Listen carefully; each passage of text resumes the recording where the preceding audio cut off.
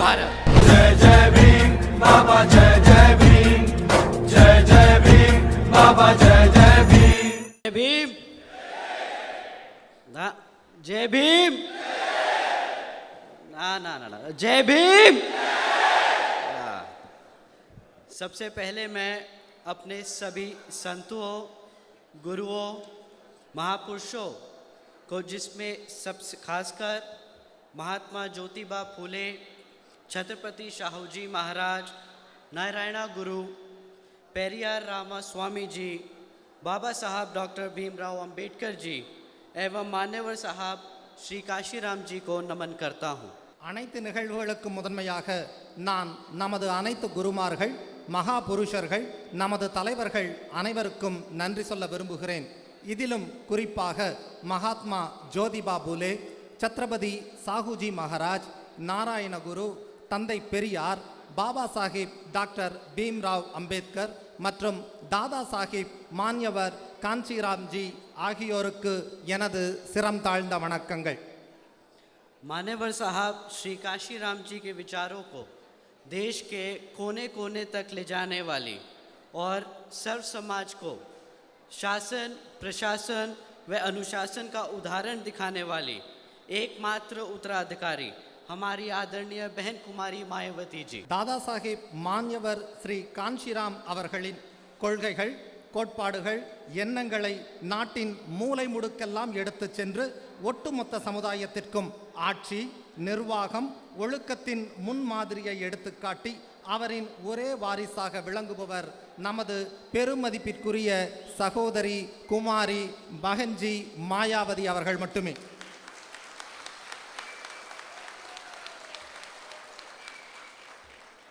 उत्तर प्रदेश की 4 बार मुख्यमंत्री, लोकसभा व राज्यसभा की कई बार सदस्य रही बहन कुमारी मायावती जी ने बाबा साहब डॉक्टर भीमराव अंबेडकर जी और मान्यवर साहब श्री काशीराम जी के मिशन के लिए अपना पूरा जीवन समर्पित कर दिया. பெருமதிப்பிற்குரிய சகோதரி குமாரி பகன்ஜி மாயாவதி 4 முறை உத்தரப்பிரதேசத்தின் முதல்வராகவும் மக்களவை மற்றும் மாநிலங்களவை உறுப்பினராகவும் பல முறை பதவி வகித்தவர். அண்ணல் பாபா சாஹிப் டாக்டர் பீம்ராவ் அம்பேத்கர் மற்றும் தாதா சாஹிப் மான்யவர் ஸ்ரீ காஞ்சிராம் ஆகியோரின் எண்ணங்களை ஈடேற்ற தனது முழு வாழ்வையும் அர்ப்பணித்து வாழ்ந்து வருகிறார். और मुझे गर्व है कि मुझे ऐसे महान नेता के नेतृत्व में काम करने का मौका मिल रहा है. मैं आदरणीय बहन कुमारी मायावती जी का तहे दिल से आभार व्यक्त करता हूँ. இத்தகைய தலைவரின் தலைமையின் கீழ் பணிபுரியும் வாய்ப்பு கிடைத்ததில் பெருமகிழ்ச்சி அடைகிறேன். பெருமதிப்பிற்குரிய சகோதரி குமாரி பகன்ஜி மாயாவதி அவர்களுக்கு எனது மனமார்ந்த நன்றியை இதயத்தின் ஆழங்களிலிருந்து தெரிவித்துக் கொள்கிறேன். तमिलनाडु जैसी पवन धरती पर खड़े होने का जो आज सौभाग्य मुझे मिल रहा है, इसके लिए मैं यहाँ के तमिलनाडु वासियों का तहे दिल से धन्यवाद व्यक्त करता हूँ.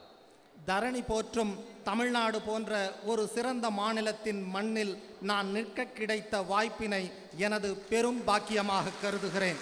தமிழக மக்களாகிய உங்களுக்கு நான் எனது நன்றியை தெரிவித்துக் கொள்கிறேன். श्री अशोक सिद्धार्थ जी एक ऐसे शख्सियत हैं जो मेंबर ऑफ पार्लियामेंट बनकर अपने समाज के लिए लगातार सेवा करते रहे और अब प्रदेश अध्यक्ष श्री के आर्मस्ट्रॉन्ग जी और नॉर्थ चेन्नई सेक्टर और state coordinator Shri Michael Das ji एवं सहित पार्टी के सभी पदाधिकारी सहित बहन जी का आशीर्वाद लेकर पूरे बहुजन समाज को एकजुट करने में जुट गए हैं. तो इन सभी का मैं तहे दिल से शुक्रिया अदा करता हूँ. மேடையில் வீற்றிருக்கும் ஸ்ரீ அசோக் சித்தார்த் அவர்கள் ஆளுமை மிக்க சிறந்த ஒரு ராஜ்ய சபா உறுப்பினராக பதவி வகித்தவர், சுயமரியாதை மிக்கவர், தொடர்ந்து சமூக சேவைகள் செய்து வருகிறவர். பகுஜன் சமாஜ் கட்சியின் தமிழ் மாநில தலைவர், சமத்துவ தலைவர், டைனமிக் லீடர் திரு கே ஆம்ஸ்ட்ராங் அவர்களுக்கும், சென்னை மண்டல ஒருங்கிணைப்பாளர் திரு மைக்கேல் தாஸ் அவர்களுக்கும் மற்றும் கட்சியின் அனைத்து நிர்வாகிகளுக்கும், உறுப்பினர்களுக்கும், சகோதரி குமாரி மகன்ஜி மாயாவதி அவர்களின் ஆசையுடன் ஒட்டுமொத்த நமது சமுதாயத்து மக்களையும் ஒன்றிணைக்க தொடங்கியுள்ளனர். साथियों, यहाँ अब हम अगर वर्तमान सरकार के बारे में यानी डीएमके सरकार के बारे में बात करें तो आपको भी पता चल जाएगा कि जातिवादी मानसिकता किस कदर यहाँ इस सरकार में भरी है. நண்பர்களே, இங்கு நாம் இப்போது தற்போதைய ஆளும் திமுக அரசை பற்றி பேசுவோமேயானால், இங்கு இந்த அரசில் சாதிய மனப்பான்மை எப்படி நிரம்பியுள்ளது, எப்படி வேர் வரை புறையோடியுள்ளது என்பது உங்களுக்கு நன்றாகவே தெரியும். जो डीएमके सरकार अपने आप को द्रविड़ मॉडल फॉलो करने वाली बताती है, तो मैं उससे पूछना चाहूँगा, இந்த ஆளும் திமுக அரசு தங்களை தாங்களே திராவிட மாடலை பின்பற்றுவதாக வர்ணித்துக் கொள்ளுகிறது. அதனால் நான் இந்த அரசிடம் இத்தகைய கேள்விகளை கேட்க விரும்புகிறேன். कि क्या हुआ उस 12 लाख हेक्टेयर ज़मीन का जो कानूनी तौर से हमारे SC/ST समाज के परिवारों को दी गई थी, जो आज भी यहाँ के गुंडों और माफियाओं के कब्जों में है. என்னவானது எங்களின் SC/ST சமுதாயத்தின் ஏழை குடும்பங்களுக்கு சட்டப்பூர்வமாக வழங்கப்பட்ட 12 லட்சம் ஏக்கர் பஞ்சமி நிலங்கள் இப்பொழுது அரசியல்வாதிகளின் கைகளிலும் குண்டர்களின் கைகளிலும் மாபியாக்களின் கைகளிலும் அது அபகரிக்கப்பட்டுள்ளது. क्या हुआ हमारे SC/ST समाज को उचित प्राविधान और हिस्सेदारी देने का, जिस समाज के दम पर आज की ये डीएमके सरकार खड़ी है. SC/ST நம் சமூக மக்களின் சக்தியே இந்த அரசாங்கம் அமைய காரணம். ஆனால் நமது சமுதாய மக்களுக்கு சரியான பிரதிநிதித்துவம், அதிகாரத்தில் பங்கு இந்த திமுக அரசால் கொடுக்கப்பட்டுள்ளதா?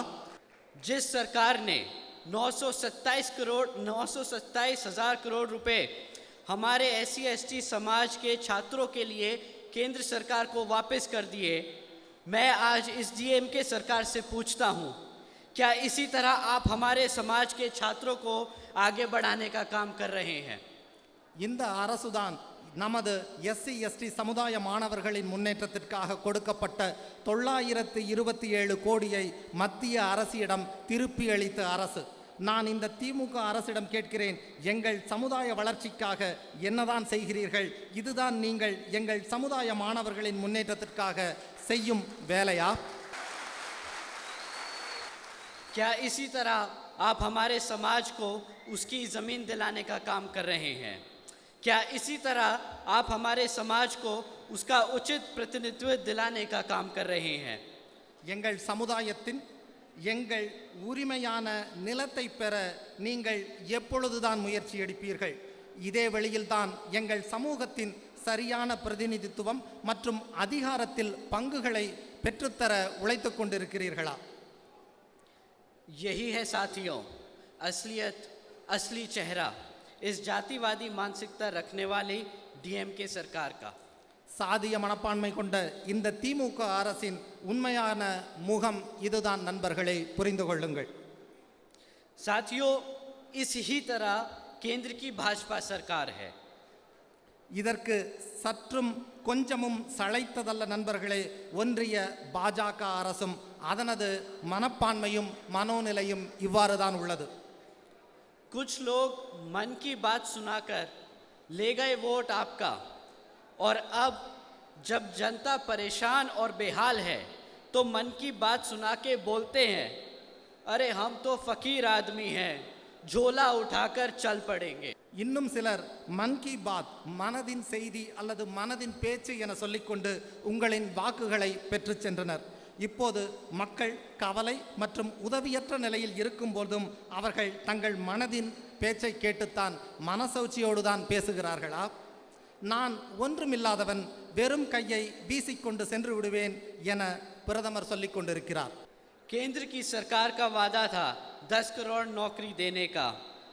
केंद्र की सरकार का वादा था महंगाई कम करने का.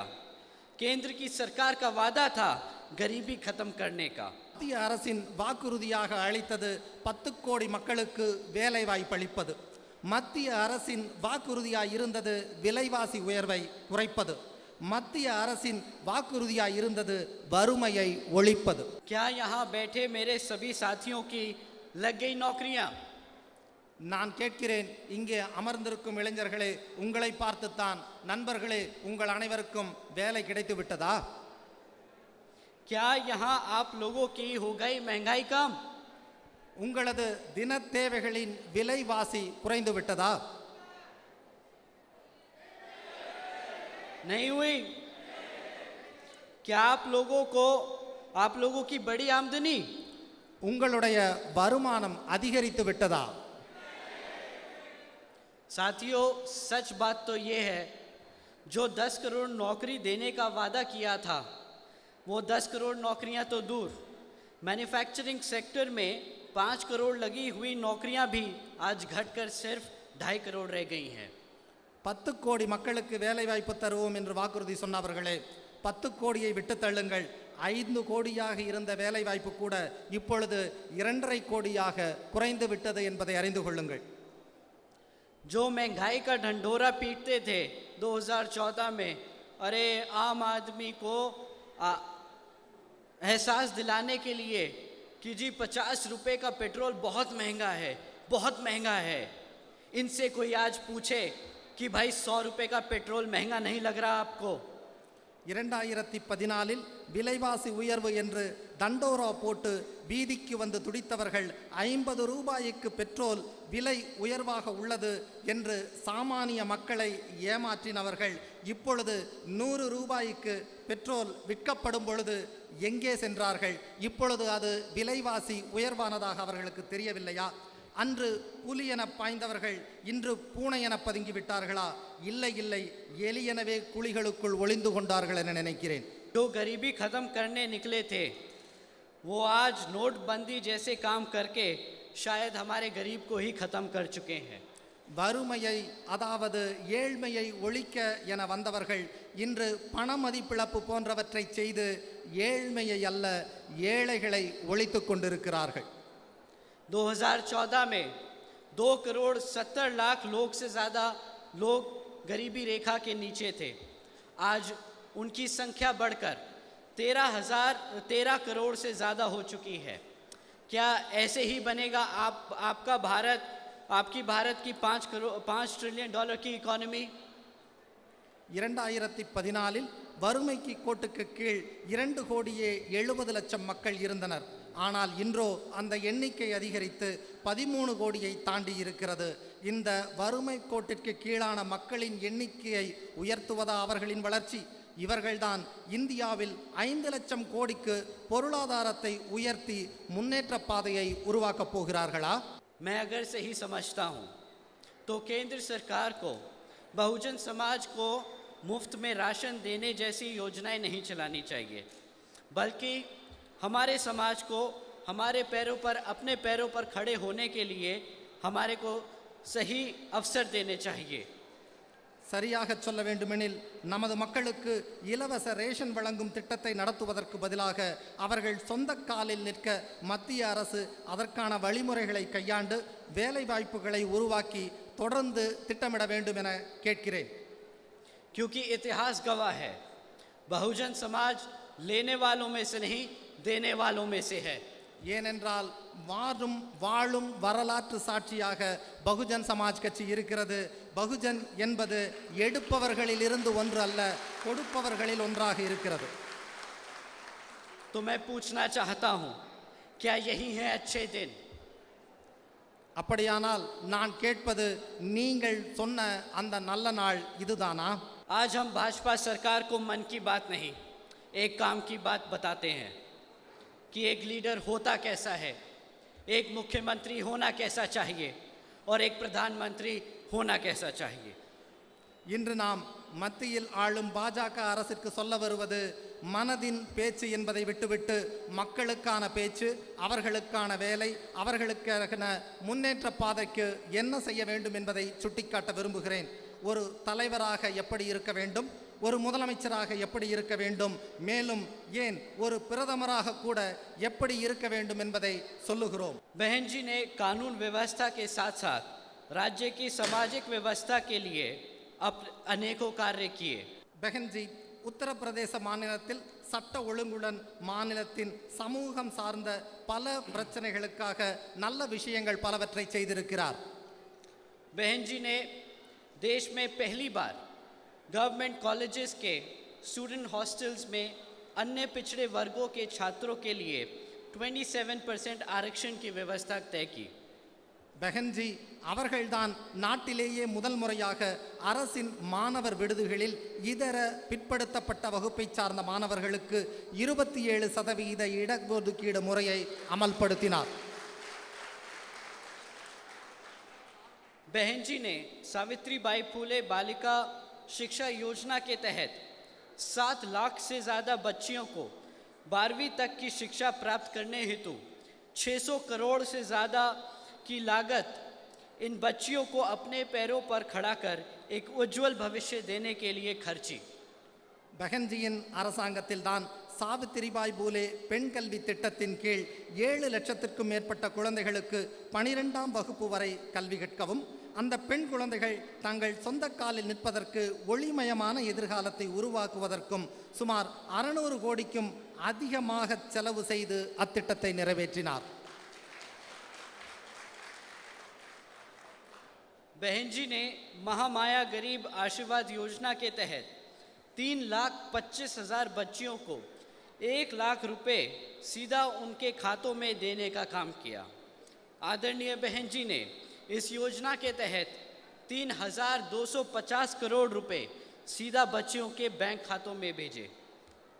நமது தலைவர் பெஹன்ஜி அவர்கள்தான் தனது அரசாங்க காலகட்டத்தில் ஆட்சி காலத்தில் மகாமாயா ஏழை பெண்கள் ஆசீர்வாத திட்டத்தின் கீழ் 3,25,000 பெண்களுக்கு தலா 1 லட்சம் ரூபாய் என்கிற வீதத்தில் அவர்களின் வங்கிக் கணக்கில் நேரடியாக செலுத்தினார். மதிப்பிற்குரிய சகோதரி பெஹன்ஜி மாயாவதி அவர்கள் இந்த திட்டத்தின் கீழ் சுமார் 3,250 கோடியை அந்த பெண் குழந்தைகளின் வங்கிக் கணக்கிற்கு நேரடியாக செலுத்தியிருக்கிறார். भारतीय जनता पार्टी की तरह हम 20 लाख रुपए देने का ढिंडोरा नहीं पीटते और ना ही हम ऐसी खोखली योजनाएं चलाते हैं बेटी बचाओ बेटी बढ़ाओ जैसी. பாரதிய ஜனதாவைப் போல நாங்கள் 20 லட்சம் தருவதாக தண்டோரா போட்டுக்கொண்டு வாய்ச்சவடால் பேசவில்லை. அது மட்டுமன்றி மகள்களை காப்பாற்றுங்கள், மகள்களுக்கு கற்றுக் கொடுங்கள் என்ற வெற்று திட்டத்தை போட்டு நாங்கள் அலைந்து திரியவில்லை. हमारी आदरणीय बहन जी करके दिखाती हैं. आदरणीय बहन जी ने अपने शासनकाल में 12,500 करोड़ की लागत से हमारे SC ST व OBC व आदिवासी समाज के 3,50,000 से ज़्यादा परिवारों को महामाया आवास योजना के तहत अपना खुद का घर दिया. நமது மரியாதைக்குரிய பெஹன்ஜி அவர்கள் திட்டங்களை தீட்டுபவர் மட்டுமல்ல, செய்து காட்டுபவர். நமது பெருமதிப்பிற்குரிய சகோதரி பெஹன்ஜி அவர்கள் தனது ஆட்சியின் போது 12,500 கோடி செலவில் 3,50,000க்கும் மேற்பட்ட பட்டியலின பழங்குடி பிற்படுத்தப்பட்ட சமுதாய ஆதிவாசி குடும்பங்களுக்கு மகாமாயா வீட்டு வசதி திட்டத்தின் கீழ் சொந்த வீடுகளை கட்டி கொடுத்து அத்திட்டத்தினை முழுமையாக நிறைவேற்றினார். आदरणीय बहन जी ने अपने शासनकाल में 2,60,000 भूमिहीन परिवारों को 1,45,000 से ज़्यादा ज़मीन का मालिकाना हक दिलाया. பெஹன்ஜி அவர்கள் மட்டுமே தனது ஆட்சி காலத்தின் போது 2,60,000 நிலமற்ற ஏழை குடும்பங்களுக்கு 1,45,000 ஏக்கர் நிலங்களை கொடுத்து அவர்களுக்கு அதற்கான நில உரிமையையும் கொடுத்தவர் நமது பெஹன்ஜி மட்டுமே. साथ ही साथ आदरणीय बहन कुमारी मायावती जी ने अपने शासनकाल में 1 लाख से अधिक सफाई कर्मचारियों की भर्ती की. 2 लाख से अधिक जवानों को पुलिस फोर्स में भर्ती किया और 90,000 से ज़्यादा शिक्षकों को सरकारी नौकरी दी. அது மட்டுமன்றமல்ல சகோதரர்களே, நண்பர்களே, பெருமதிப்பிற்குரிய சகோதரி அவர்களது ஆட்சி காலத்தில் தான் 1 லட்சத்திற்கும் அதிகமான துப்புரவு பணியாளர்களை நியமனம் செய்தார். 2 லட்சத்திற்கும் அதிகமான இளைஞர்கள் காவல்துறையில் பணியமர்த்தப்பட்டனர். 90,000க்கும் மேற்பட்ட ஆசிரியர்களுக்கு அரசு வேலை கொடுக்கப்பட்டது. और साथियों, आपको जानकर हैरानी होगी कि ये मौके तब दिए जा रहे थे जब पूरी दुनिया मंदी के दौर से गुजर रही थी।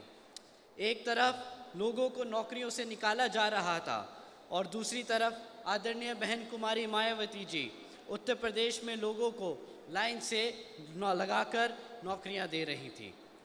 மேலும் நண்பர்களே, இதில் ஆச்சரியப்பட வேண்டிய செய்தி என்னவென்றால், இந்த வேலைவாய்ப்புகள் அனைத்தும் உலகம் முழுவதும் பொருளாதார மந்த நிலையில் இருந்த பொழுதே கொடுக்கப்பட்டன என்பதை இங்கே நான் குறிப்பிட கடமைப்பட்டிருக்கிறேன். ஒரு பக்கம் மக்கள் வேலையிலிருந்து நீக்கப்பட்டு கொண்டிருந்த பொழுது, மறுபுறம் மரியாதைக்குரிய சகோதரி குமாரி பகன்ஜி மாயாவதி அவர்கள் உத்தரப்பிரதேசத்தில் உள்ள மக்களுக்கு வரிசையில் நிற்க வைத்து வேலைகள் கொடுத்து கொண்டிருந்தார். यही है असल मायने में सर्जन हिताय व सर्जन सुखाय की नीति. இதுதான் உண்மையான பொதுநலன் மற்றும் உலகளாவிய மகிழ்ச்சியின் கொள்கை.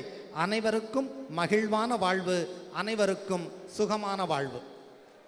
आज मैं और मेरे जैसे लाखों करोड़ों बहुजन समाज के नौजवान अपना सर उठाकर एक इज्जतदार जिंदगी जी सकते हैं तो वो सिर्फ और सिर्फ हम सब की बहन जी की वजह से ही है.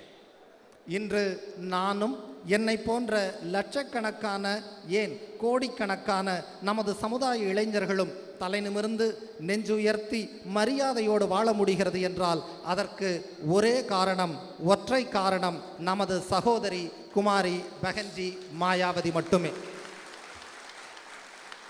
मैं आज यहाँ अपना सर झुकाकर अपने दिल पर हाथ रखकर बहन जी का शुक्रिया अदा करता हूँ. आप हैं तो हम हैं. நான் இன்று இங்கு உங்கள் முன்பு தலை வணங்கி என்னுடைய இதய கமலங்களில் கை வைத்து நமது தலைவர் பகன்ஜி மாயாவதி அவர்களுக்கு எனது நன்றியை தெரிவித்துக் கொள்ளுகிறேன். உங்களால் தான் நாங்கள் இருக்கிறோம் என்பதை உறுதியோடு நெஞ்சுயர்த்தி சொல்லிக்கொள்ள விரும்புகிறேன்.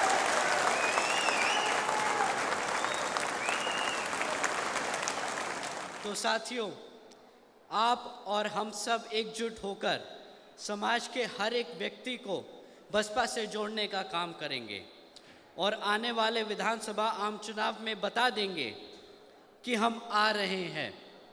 हम आ रहे हैं हर उस चीज़ के लिए जो इस संविधान में हमारे समाज के लिए हमारे गुरु देकर गए हैं, बाबा साहब डॉक्टर भीमराव अंबेडकर जी. நண்பர்களே, நாம் அனைவரும் ஒற்றுமையாக ஒன்றுபட்டு சமுதாயத்தின் ஒவ்வொரு நபரையும் பிஎஸ்பியுடன் இணைக்க பாடுபடுவோம். வரும் சட்டமன்ற பொதுத் தேர்தலில் நமது ஒற்றுமையை நிரூபித்து மற்ற கட்சியினருக்கு தக்க பதிலடி கொடுப்போம்.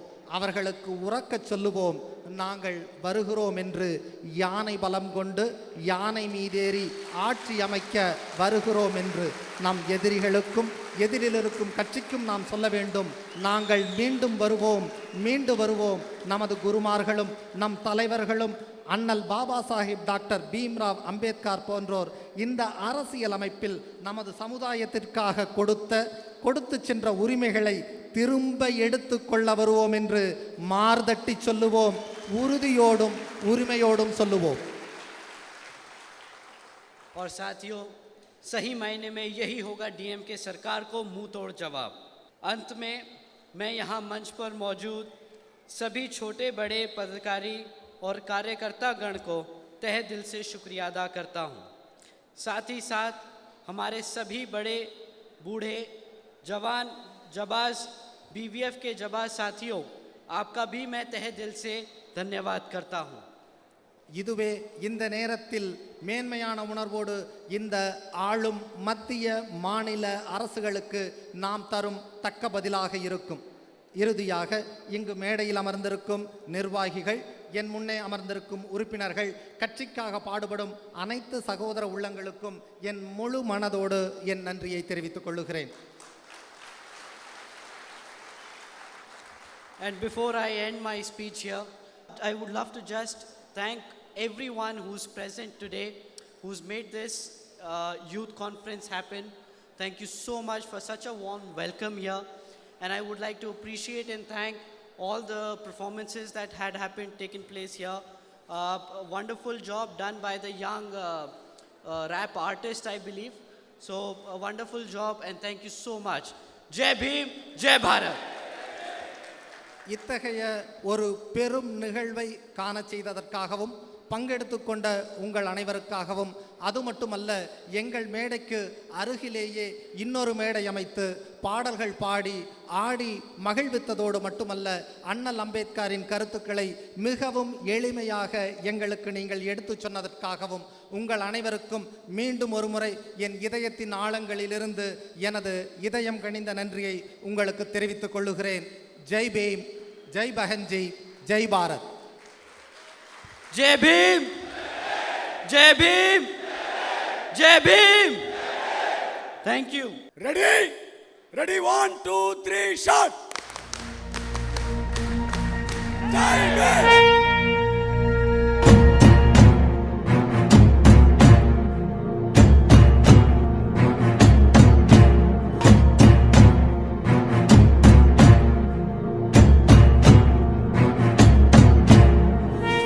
Jai Bhim, Jai Bharat. जय जय